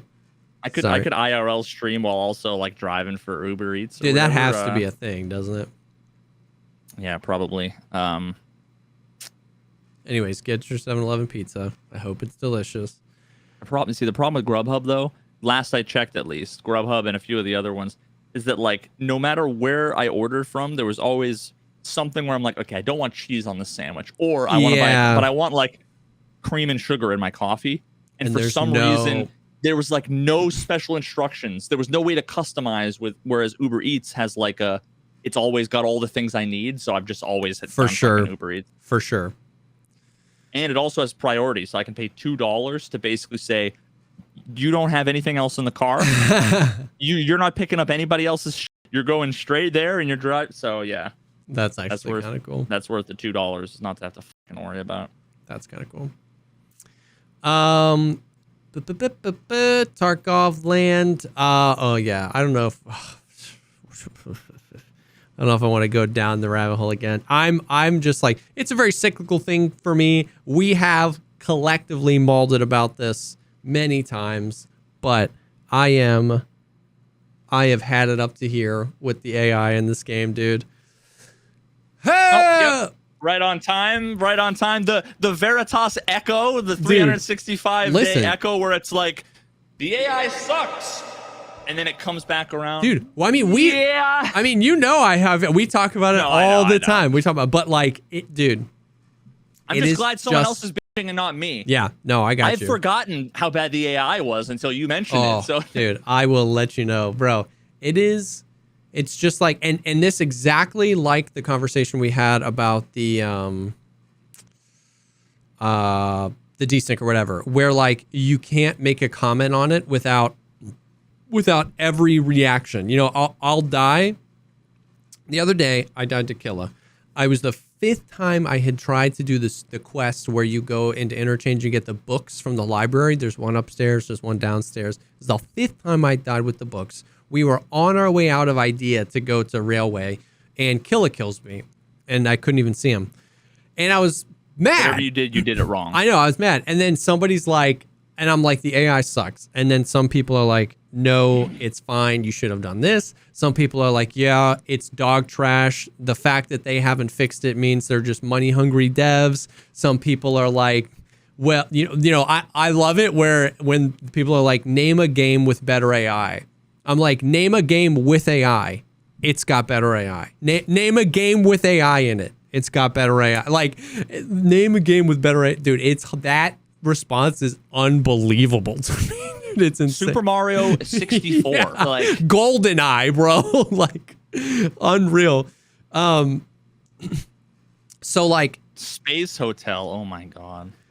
So like people, so all the things, and then that sends me down, a tremendous spiral of like, let me mauled about this. Like, I love this game. I talk about this game all the time. I defend the devs all the time. Like, this is just not up for debate anymore. Like, the AI is bad, and it's not, especially I remember watching a lot of those, I don't remember the conventions. I remember when you were doing research for your most recent AI video, like you sent me a lot of those like speeches that you cut, like where people were talking about the Splinter Cell blacklist. Yep. And like you would use parts of that and you sent me the whole speeches. And I remember watching all that being like, this is fascinating. You know what I mean? Like, it is just truly like not good game design. Like, the amount of times just by a regular AI scav, I have been moving through the map, I hear Swazile, and before I, as a gamer, have the ability to like assess the situation, where did I hear that from? Where is he positioned? Today I died. I'm telling you, it was almost a shooter born in heaven shot. It had to be 80 meters away from a scav. His very first bullet, 7.62 PS, hit me in the face and I fell over. His very first bullet. Unlucky, dude. And it's like, and it's like, how can anybody defend that that's like a valuable experience to the game? You know what I mean? Sometimes you just fall on your fucking wiener in real life. Yeah, exactly. Like, yeah, I must have left hand peeked him, dude. That's been my favorite. But like, you know what I mean? So don't left hemisphere peek the scavs. You're on the wrong hemisphere, bud. What servers are you on? You're not on NA servers? Oh, yeah, wrong hemisphere. You got a right hemisphere. Don't left side servers them, bro. Don't left server peek them. Dude, unreal. So like, it's just crazy, man. It's crazy how like simple, in my opinion, because then one of the most common responses were like, if they're easy, then they're farmable. You know what I mean? And it's like, well, on one hand, I think it's perfectly okay if scavs are farmable. Like, I really don't want... That should be the point. I really don't want his no butt stock, 366 AK with no dust cover. That's 27 durability. I'm really not in the mood to farm those. So, like, when that argument of, like, they shouldn't be farmable, yes, they should, actually. Maybe not rogues and bosses, but scavs kind of should be. And like, just once again, the amount of rules that they don't play by. So when I died to Killa, he was when you go into Idea, if you come in the very front, revolving doors of Idea, you go up the stairs. If you go left there, you can go up more stairs to that like weird balcony thing that like nobody ever goes on. He was underneath that, and I heard him yell. And at the same time, I heard a scav yell behind me. So now I'm pinched. And I didn't know either one was Killa. I just thought they were both AI. So I'm going to turn around. And I turn back and we watched the clip back and we like screenshotted it. And Killa is prone underneath the thing. And he shot me through a bush, through both panes of glass of the railing. And hit me, shot one time, and I took, 3 bullets of a Golnik to the thorax. And I was like, that man has a helmet on where 90% of his vision is restricted. He's prone and he shoots me and he hits the first 3 shots through 2 panes of glass in a bush. Like, can you imagine? what? Imagine wearing that helmet, going prone and lifting your head up. Yeah. And trying to aim with an iron sight RPK. Like, through a fucking envelope. Through 2 panes of glass. Yeah. Like, and it's just like it's just that doesn't make sense. And it's so, like, it's just so indefensible to me. You know what I mean? Like, I would just so much rather, like, Killa be farmable than that. You know what I mean? Like, there was actually a time where Killa didn't always spawn with his Killa armor. Like, he spawned sometimes with the, like, floral armor that was class 4. And they, I remember that. Dude, it was like that. That was the wipe where Killa was, he only spawned in one spot and he was stun lockable. You could, the actual best way to get tracksuit was to go in with a Keter and shoot him in the legs because it was cheap and it was stun lockable. And they only did that for like a month or 2 and then they reverted that change. And that's like the most ridiculous thing to me. Like, Tagilla doesn't always spawn with his class 6 armor. Sometimes he spawns with a Strand Hog. Gluhar doesn't always spawn with his M1A. Killa doesn't even always spawn with his RPK. Sometimes he spawns literally with a TT. That's it. Yep. Like, is it not so much more fun to play the game when he's a little bit more farmable and just doesn't always have the best stuff in the game? He can always have his helmet. He never no one uses the helmet. You know what I mean? Everybody that farms Killa sells the helmet. It's 180,000 rubles, and who wants to wear that thing? Like, their ammo doesn't matter. You could give him 545 PS, PP, or BP most of the time, and sometimes a Golnik and BS, well, and he would still kill you. Like, he could be farmable. Is that you're saying the only reason why you're saying farmable is because actually there's 2 ends of the spectrum. Yeah, you're right. There's he is so utterly broken. There's no way they can do anything other than make him stupid and farmable. Yes, and you're so right. And which is the sad part. Yes, and I didn't preface that. I literally have said that exact same thing several times, and now I look like the dum-dum. I was saying that basically to say the worst possible case scenario where literally they make him so dumb is honestly, in my opinion, better than what we have. So that's what I'm saying. And I should have prefaced it with it, damn it. But like, yeah. No, I know. We talked about this before. There is literally an infinite gray area between what we have now, which is absolutely stupid and broken and hard, and easy and farmable.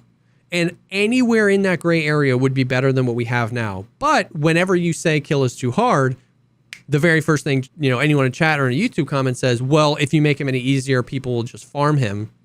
And so it's like, they say he's really, really easy. And then that's the person chatting who just watches Landmark and who has 4 raids. Yeah. And they're living vicariously through their favorite fucking Chad that they also simultaneously complain about. Yeah.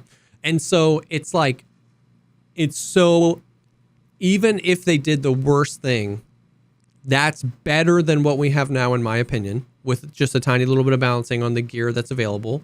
And they could do a million other things other than that worst thing. And any one of those things, like they couldn't mess it up, really.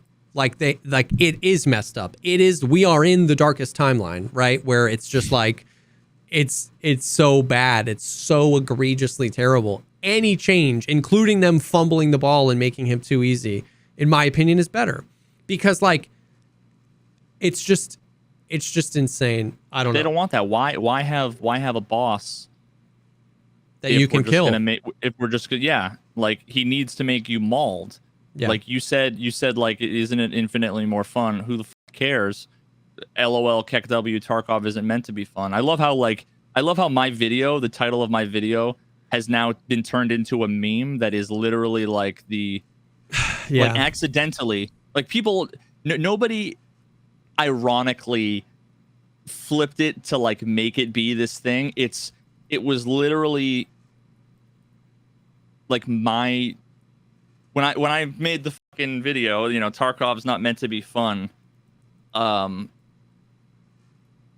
The what it means now is the brain dead like unironic, Yeah. stupid interpretation of the actual like real meaning that I talk about in the video. Yeah. It's extremely sad and depressing, and yeah, we're in the darkest fucking timeline. Yeah. And it's just very true. It is such a like they have made the AI, especially boss and rogue AI, harder as the game has progressed. Like they've continually given them faster reaction time, better aim, worse durability guns. Like they have like made them harder, but every single attempt at that has been trying to top off the oil in a car that has no gas. Like they're just not even in the same hemisphere of what the problem is. And now here's the big kicker. I acknowledge that the real problem is a hard problem to fix. You know what I mean? But but that doesn't mean trying to put another quart of oil in is gonna make it better.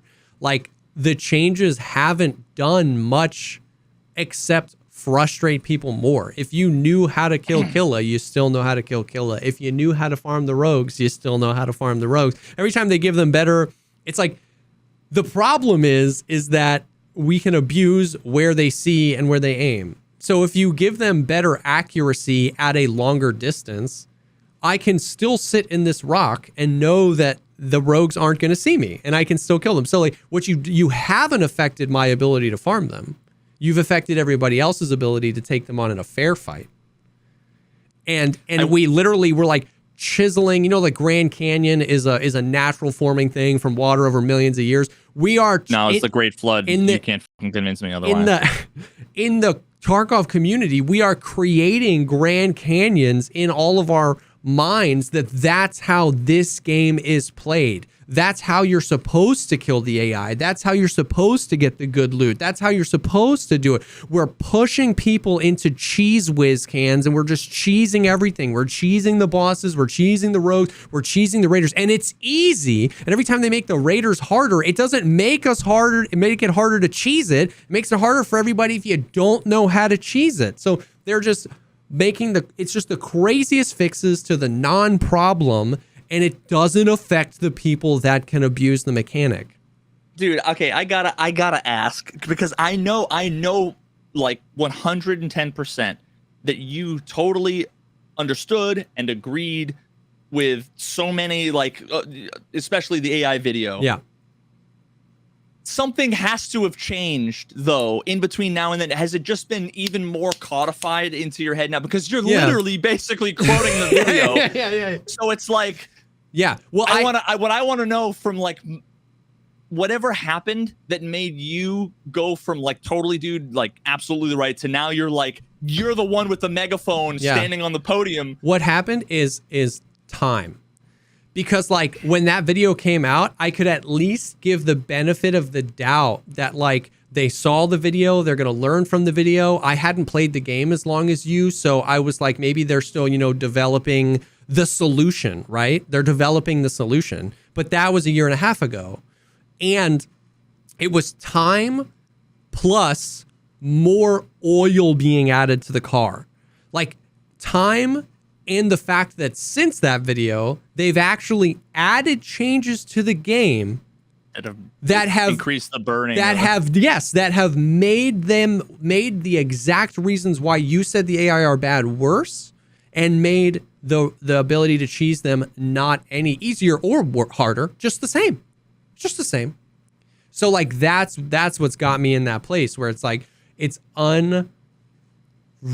just unreasonable. It's unreal. And there have been a few moments like that where it's just like getting harder and harder to defend, stay positive about. Yeah. And that's the thing. And like the thing is once again, what some people will hear as I say this is like Jesse is now team BSG sucks. Like, you know what I mean? Like I can say and stand by everything I just said, and I would give money to say that into Nikita's face. Like I would love to ask him about some of those things and explain my perspective on the game. And But I can say all that and mean all those things, but at the same time, I can also have an understanding that I don't know what I don't know. Software development's hard. I don't know how to code a game. I don't know how to code AI. So it's like when people quote that stuff to me, it's like, I'm not, once again, things can be two things. Like what I said was the AI sucks. I'm not saying the AI sucks and there's no excuse. I'm not saying the AI sucks and there's no way to make it better. Like, I'm just saying like, it's just bad. And so like, I don't know, man. It is getting, from my perspective, from our perspective, from the place we sit, it is getting harder and harder to defend. Yeah, maybe it'll be better next wipe. Yeah, like, you know, maybe it'll, because, and another great example is this. I don't know that this is true. Back when you had your 2-hour conversation with Nikita about AI and you made that video about it, you didn't put the whole 2 hours in, you did that. He said, we have some changes we want to, in direct response to you bringing up a lot of the things that I just said to him, we have some changes we want to do to the rogues. We just want to wait until the bosses come in. Do you know what those changes were? Okay. I don't know that the changes that have happened in 12.12.3 are the changes he was talking about. But if I were to assume that the changes that happened, the same wipe that the bosses came, was those changes he was referring to, do you know what it was? Rogues spawn less. That's it. That can't be it. But that's all that's happened. The rogues have the same AI, but now it used to be a 100% chance that 2 would spawn on building 1, 3 would spawn on building 2, 2 would spawn on building 3, 4 would spawn down below building 2, and sometimes 3 would spawn by the helicopter. That was 100%, the entire wipe. Yeah. Now, they're all just like a coin flip. I've literally gone into a lighthouse raid and had 2 rogues spawn in the whole water treatment plant. Yeah, rather than stitch up the wound, rather than try to cauterize it, rather than even just taking the fucking clotting factor powder and putting it on and then gauze, now they grabbed a chewing gum out of their mouth, some fucking grass from there, and they just stuffed it in there and like, I don't know, we'll figure out the bleeding later. Like, and the thing is, it's like even worse than they could have. The game would have been better if they changed none of the things that they changed, and they just turned their accuracy down to 10% from 99%, and their perception down from whatever, and then it would have just been infinitely then a few very minor tweaks to just what's in their loot pool. None of those things appear to be hard development things to me. You know what I mean? Like turning those, because they're not, those things down and then being like, okay, well, if they're going to be easier to kill, maybe they never spawn with 7.62 BP. And they don't spawn quite as often with hex grids and Gen Force. That really would have been all it took. You know what I mean? To give us not a perfect solution, but a much better solution, a much better Band-Aid. Like that's the thing. Is like you want to know why? You want to know why I'm got the megaphone now? It's because we've had this wound for a while. We've had this wound, and what it feels like is instead of putting a Band-Aid on it until I get to the hospital, they jammed a ballpoint pen into it. Like that would help.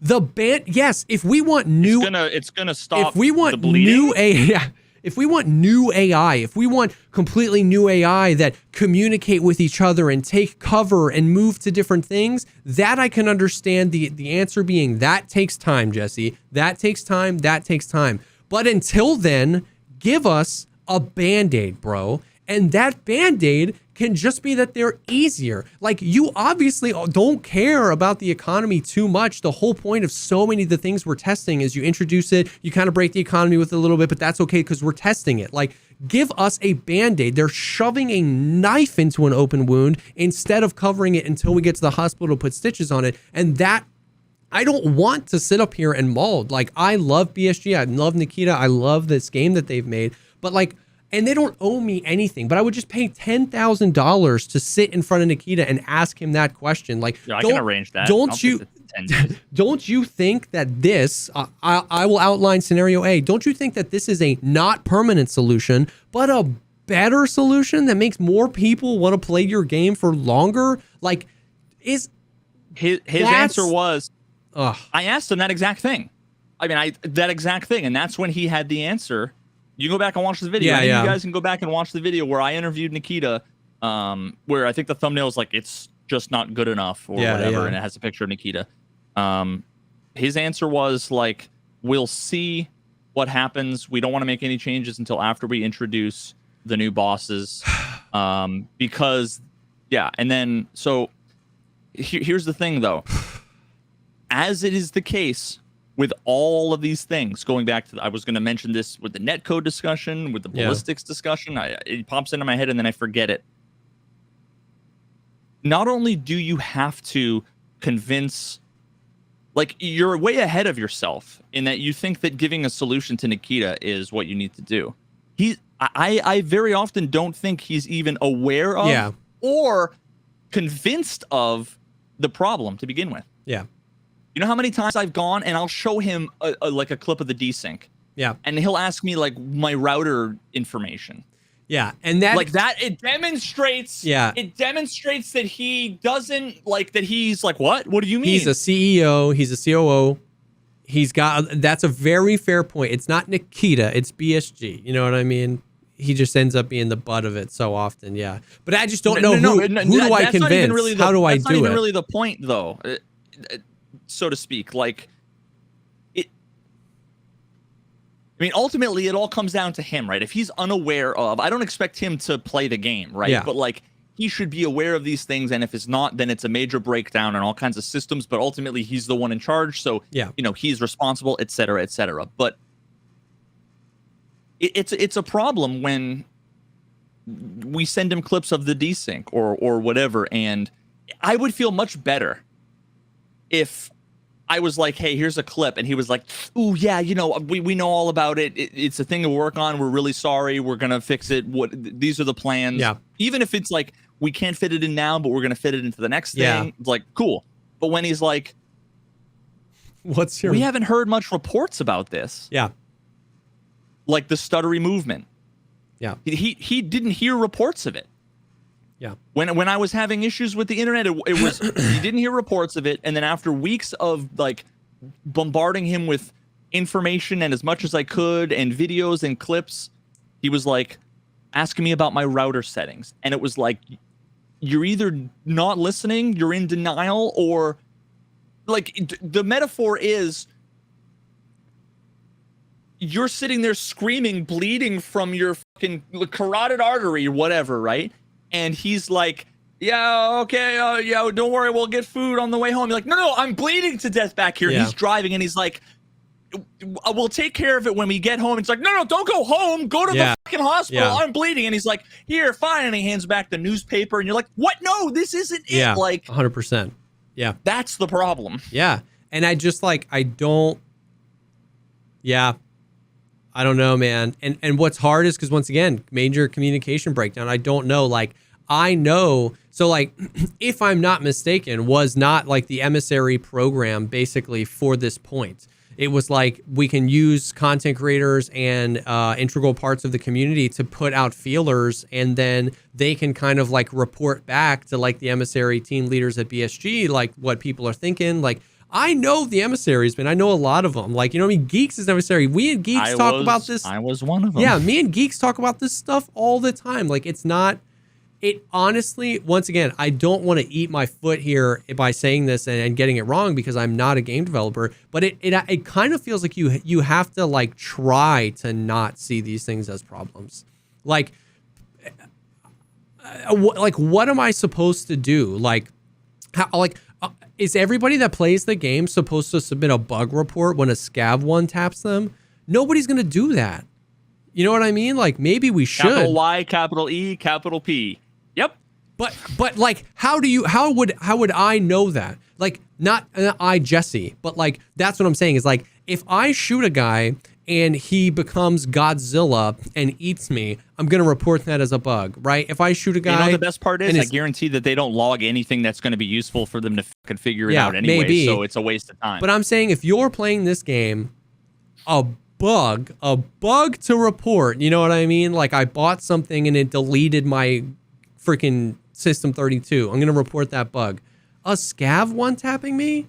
That's a hard game. Like, what? Like, everybody told me when I got into this game, it was the hardest game ever. Like, I guess that, like, who is gonna, like, even if you and me shout it from the mountaintops at every podcast and every stream, we're gonna reach 0.01% of the community and educate them that, like, scavs one tapping you shouldn't happen, report that bug. Like that is not on the community, in my opinion. That thing, other things that happen that are buggy, yes, it's on you. You bought into a beta game, you should report more bugs. But like Killa killing you in a frustrating way, nobody's going to think to report that as a bug. I don't even know. So nobody is. They're just going to mauled about it, and then people are going to gaslight them, and then other people are going to agree, other people are going to disagree.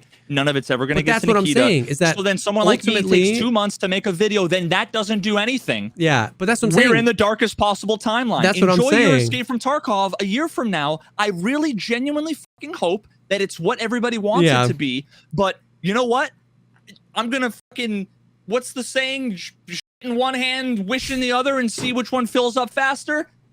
That's why I'm not playing the game. No, I know, right? I know. Listen, because I've just been banging my head up against the wall for slightly longer than you have, and I'm sick of having a headache. Yeah, no, and obviously we aren't trying to convince each other of anything here. Obviously, we're on the same page, but it's just like, but that's what I'm saying with this specific thing with the AI. It really just feels like you have to like be looking away and closing your eyes. You know what I mean? Because like.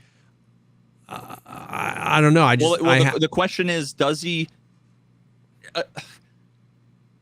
Is he closing his eyes, or are the people who are filtering the information hiding him from it, or is he aware of it, and that's the intent? Like that's the intent. Yeah. Sometimes it's unlucky, and you're gonna get unlucky. For sure. And now, for me, when I made my game design AI video, one of the things, and when I've talked about this before, the thing I've basically said is, scavs should have a fucking 0% chance. Literally, hard coded in. Shot number 1, 2, and 3 should be 0, 0, 0, and then you can start it off at 20% and go up from there. I agree with you. I don't care if it's unrealistic. I don't care. That's game design, where they're basically saying like, one of the things they used to do, and it was never on purpose, but it was actually like an accidental good thing, was they go Shwajili for 3 seconds before they would shoot.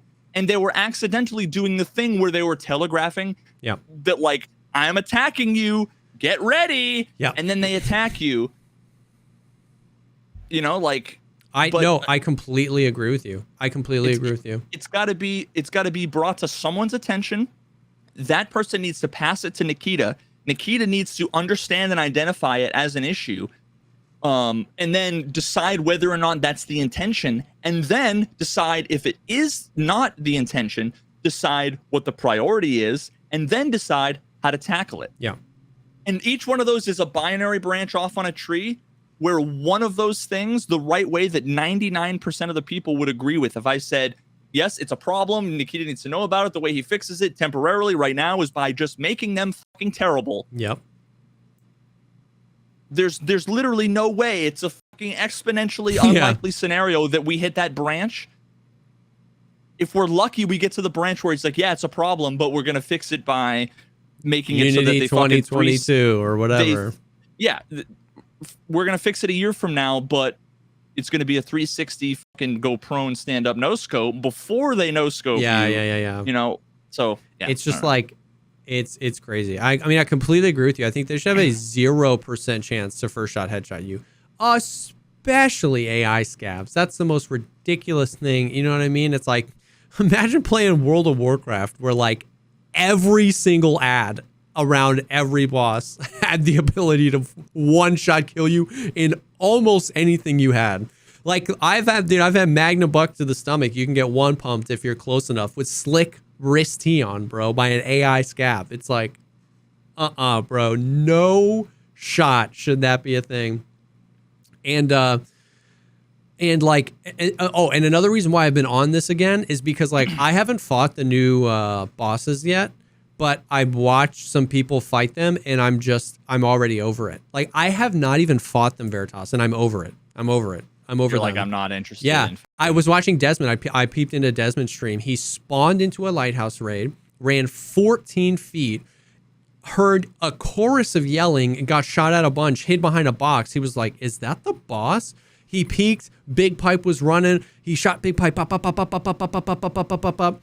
Stood up, tried to assess the situation. He was on Lighthouse. You know how there's like the top chalet with all the like treasure loot, and then there's the bottom more blue chalet. He was around that bottom blue chalet behind a box because he had spawned with no hardcover, ran 12 feet to the only hardcover he had, which was a box.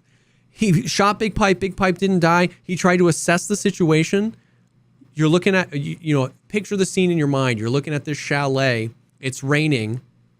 One of the random many windows of the chalet breaks, and it's Bird Eye with an RSS. Boom. He's dead. Where's the realism? Also, they just Control C, Control V Sturman and put a new skin on him. Like, what's the real thing to do there, right? Like, how do you assess that situation? What the real thing is that you just die because life sucks. What window do I look at first? What was the priority window? And he was so frustrated, and I couldn't even be like, dude, calm down. It's like, that's you spent 8 minutes kitting up, queuing in, you spawn in, and it's like you lost the which window do I look at game. Like, and the thing is, he wasn't even looking at a window because Big Pipe has a freaking semi-automatic grenade launcher 20 feet in front of him. So it's like, I'm just over it. Like, I'm just over it. Like, these new bosses are so cool and they are just awful. Like, you know what I mean? It's just like complete missed opportunity. Nobody's having fun. We're 8 days into the wipe and there's already a strategy on customs. You want to know what that strategy is? It's exactly what you think. Throw a grenade, get them to aggro, go into crack house. They will only come in one door, right side peek that door, shoot them both in the head while they are running, loot them, ignore Bird Eye, get out with the loot. That's the custom strategy. And now that's really hard, right? Like, it's really hard. You're engaging with the grenade launcher. You're engaging with their communication. Troubleshooting, problem solving. You're a tactician. Exactly. You're a genius. Throw a grenade. They're gonna come in this door. Backwards long jump to get negative speed to clip through the fucking door to get the 70 stars before Bowser can. It's all realism. So it's like, it's just like, what is this? Like, why? Why add this? Like, why even add them into the game if it's just gonna be like this? To fight them and get a 20 durability MCX and an 80 durability grenade launcher with 12 rounds, like, dude, it's more cool shit. What are you talking about? I don't understand. It's more cool shit. I hate this, man. And I know you do too. Like, literally, I am literally saying all the things. No, I love this now. I love this now because now the most level-headed, reasonable person that everybody loves is the Venn diagram used to be like this. It's like, I'm picturing that's the scene from, what is this, fucking episode 4 Star Wars, where there's like the Death Star and it's like, woo, woo, where like the circles are overlapping. Yeah. That's Jesse and Veritas. Yes. Let the hates fill you. Dude, and I hate that I love it, but it's like, no, I know. And I've been the only one screaming from the mountaintops, and it's good to have somebody next to me. For sure. And just like 18 months ago when I was, fresh, happy-go-lucky, and you were screaming from the mountaintops, you were like, I hate this. I don't want this. I don't want it to be this way. I don't want to be this critical. It's just, this is just how it's happening. Like, that's how I feel now, where it's like, I hate it, man. I don't want to be that way. And I do a pretty good job of, like, not caring when I'm live, like, you know what I mean? Like, it's just not whatever. But like, podcast is like the real talk, and it's just like, I'm so frustrated, and I'm so done with it, and I don't know how to defend it. And honestly, I would be happier. I would be happier with like Nikita being like, hey, we've been hearing a lot of stuff about the AI.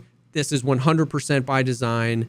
Get good, nerds. I'd be happier in that universe, because then I would just be like, well, he doesn't like. Well, it's bad game design, but he wants bad game design, so I'll either play another game or I'll just get used to it. But we don't. We get this like, changes to AI, and then we get the game once again telling you to be immersive. The game, like, that's the frustration, is that like the narrative and the experience are different. That's the thing. It's like, why did you put a literal paragraph in the patch notes about how cool of a communication system these 3 bosses have, where they talk to each other and they can even talk to the rogues if they're on Lighthouse, and they do, like, you dedicated a paragraph to that. You can't test that if you insta-die. Yeah, the narrative is that they want this to be a battle, a drawn-out battle that they can do these things, but the experience is that. So it's like, that's why I'm frustrated. If the line item was like, the bosses are here, they're crazy,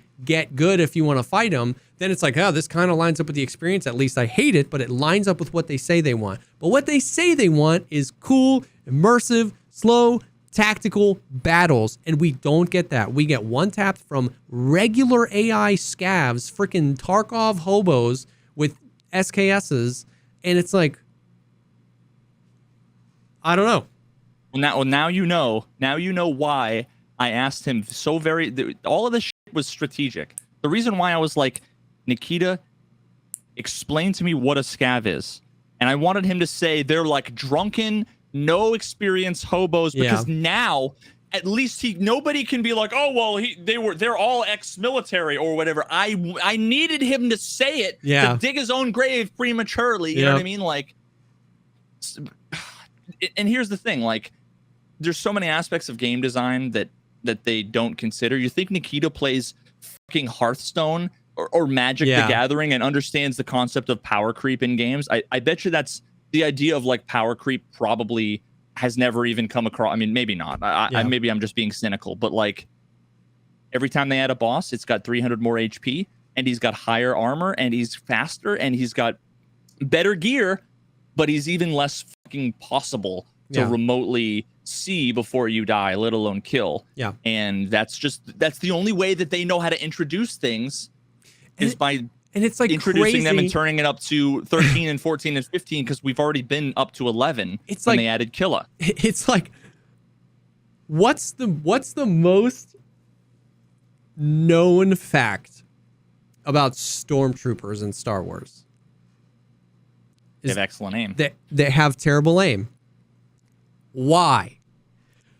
Because the movie would suck if Luke died 18 minutes into the first shot. It's literally like a cultural phenomenon that we accept because I want to see cool laser battles in Star Wars, but I don't want the main character to die 8 minutes into the film. This is like, if you can't understand that concept and you think the AI is fine or it's just supposed to be hard, like, that's like, Dog, that's Star Wars. This is real life. Yeah, that's lasers. This is real life. This is real fucking life, my dude. Like, it's just 101. Storytelling and immersion and fun and engagement. It says you have to freaking allow the subject, whether it's the main character of a movie or the player in a game, to engage with the world. And I can't do that when I'm getting one-tapped by everything I see except the real players. But dude, they added, I don't like, I know you're upset, but they added 3 new guns. and when you run on wood, it sounds different, and when you drop a gun, it makes a noise. So like, and honestly, I'm having fun. This is only my first wipe ever, but like, I don't see anything wrong with the game. It's fine, dude. I needed to do that. So don't raid on my fucking parade.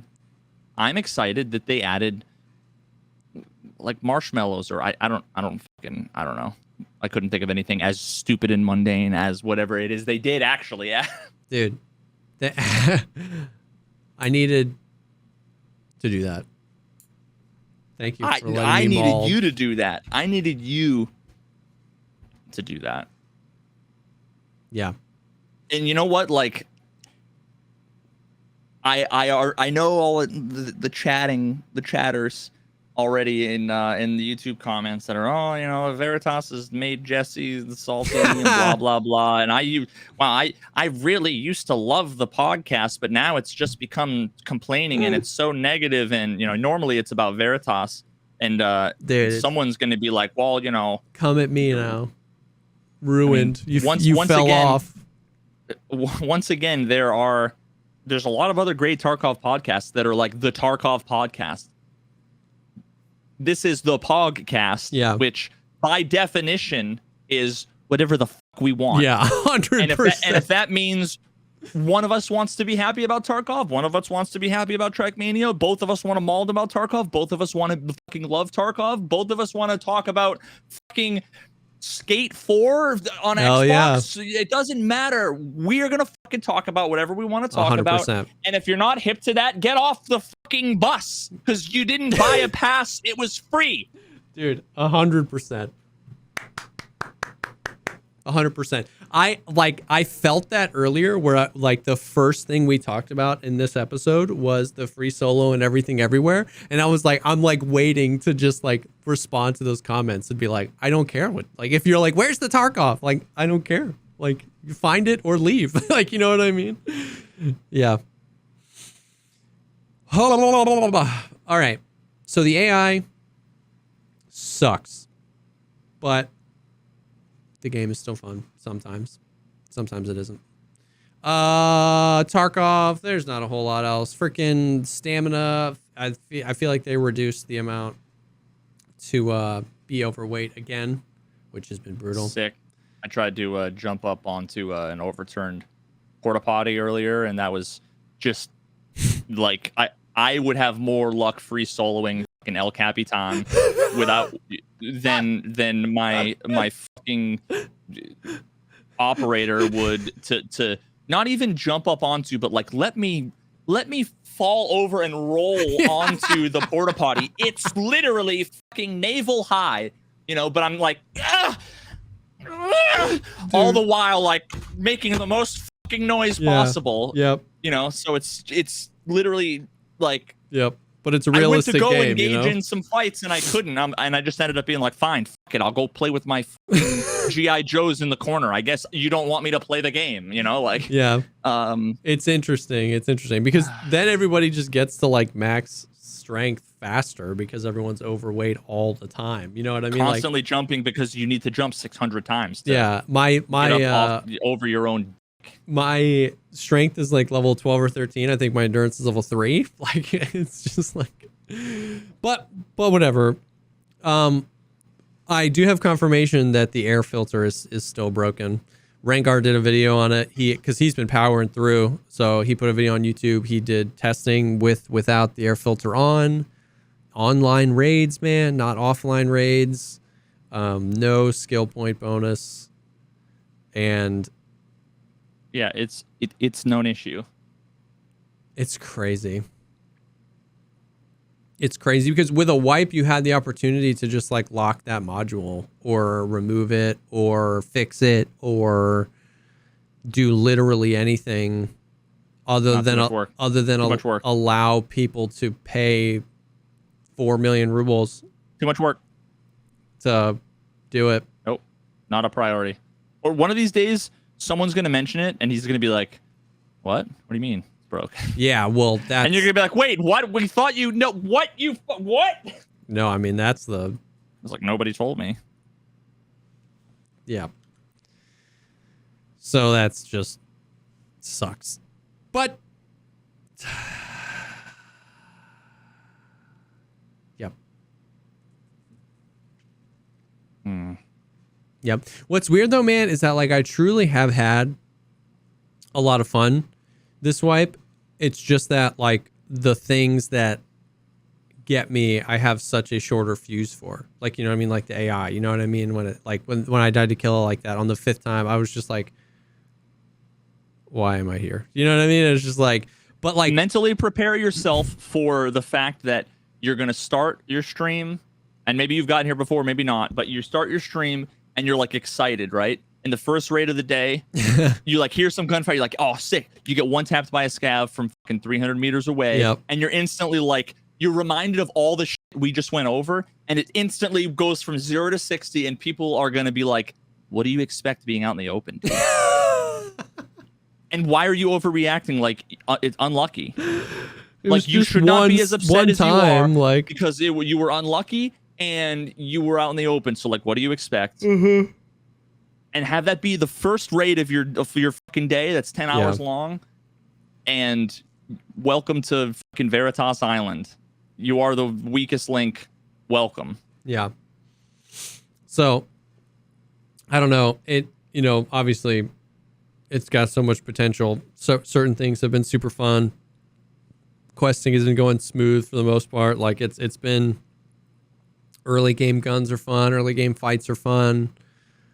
But yeah, it's just like, I don't know, man. I really don't know.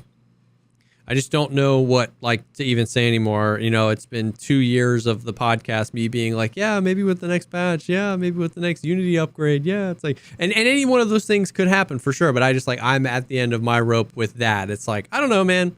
I don't know if they're ever going to fix the AI. I don't know if it's Unity 2022, Streets of Tarkov, or frickin' this is it, bud. You know what I mean? Along for the ride. and it's going to be, you're to the point where you're as exhausted and cynical as I am. But the one thing that will always, at least for me, and you're a better man than me, so maybe you'll be able to avoid it, but is when something like that happens and you're like, okay, I'm going to move on, whatever. And then someone in chat is going to say the thing that's either I'm going to gaslight you, I'm going to change the subject to the wrong thing, I'm going to blame it on the wrong thing, or I'm going to say it's a conspiracy theory, or I'm going to tell you it was your fault. Yeah. It's easy and it's hard enough to have to be like the worst thing ever that happens to me 1,000 times that, triggers my PTSD happened again.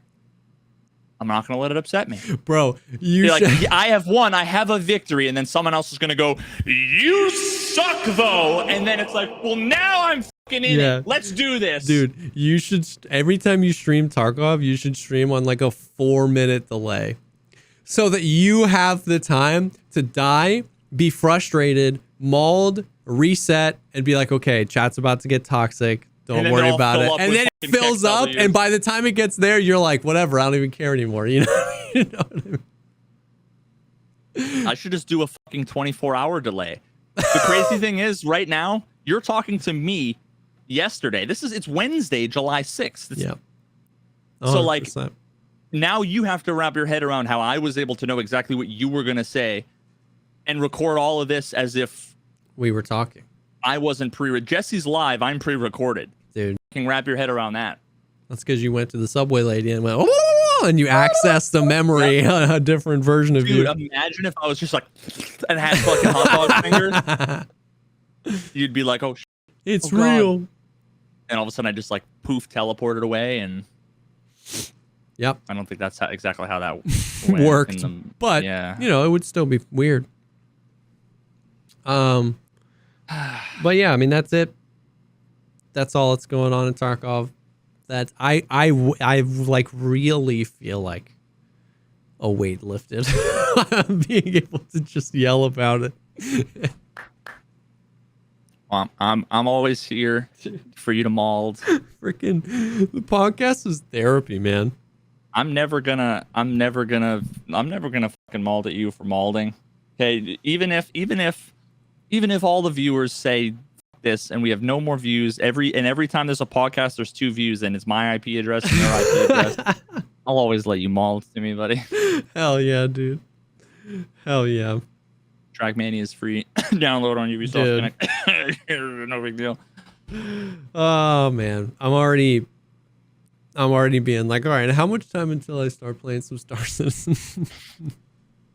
True. All right, well, that's it.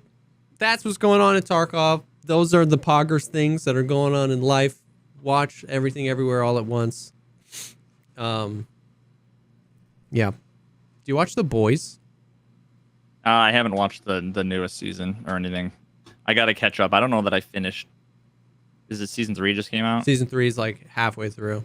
Yeah, I haven't. I don't think I finished season 2. It was really good, but I forget what happened. Yeah, it's pretty good. I was just thinking, what are the other things? I was just thinking through what are the other things that I'm into right now. The Boys is good. Stranger Things, but I know that that's not your thing. Peaky Blinders. I liked Stranger Things. My wife is already into. She was watching it and it looked like it was I remembered it. The shit that was going on because I'm sitting there watching TV, playing Hearthstone while she's asleep with fucking same episodes going all the way through, and it was season 3 Stranger Things, and I was like, wasn't that the second episode of season 1? What the fuck? And then all of a sudden I see her watching it last night and they're they all look like 4 years older. Like, Yeah. they all just hit puberty. I'm like, whoa, what the f? Yeah, it's been a few years since season 3 and 4, so they definitely all look older. Yeah, I need to get caught up. I'll watch it. Yeah. I'll watch both of those things eventually, but these days I'm on fucking rock climbing YouTube. Yeah, I get it. But yeah. So yeah, that's it, guys. Thanks, man. If you made it this far in the episode, then you're a real one. Thanks for. They started typing the paragraph comment that they're typing now, the essay about how much they either love us or hate us. Yeah, 100%. They're gonna hit post soon. 100%. So thanks everybody that hung out live. This will be live on all the platforms Monday morning. And if you made it this far, type 69 in the YouTube comments so we know. But yeah, thank you guys so much for hanging. We appreciate you being here, and we'll definitely see y'all in the next one. Peace.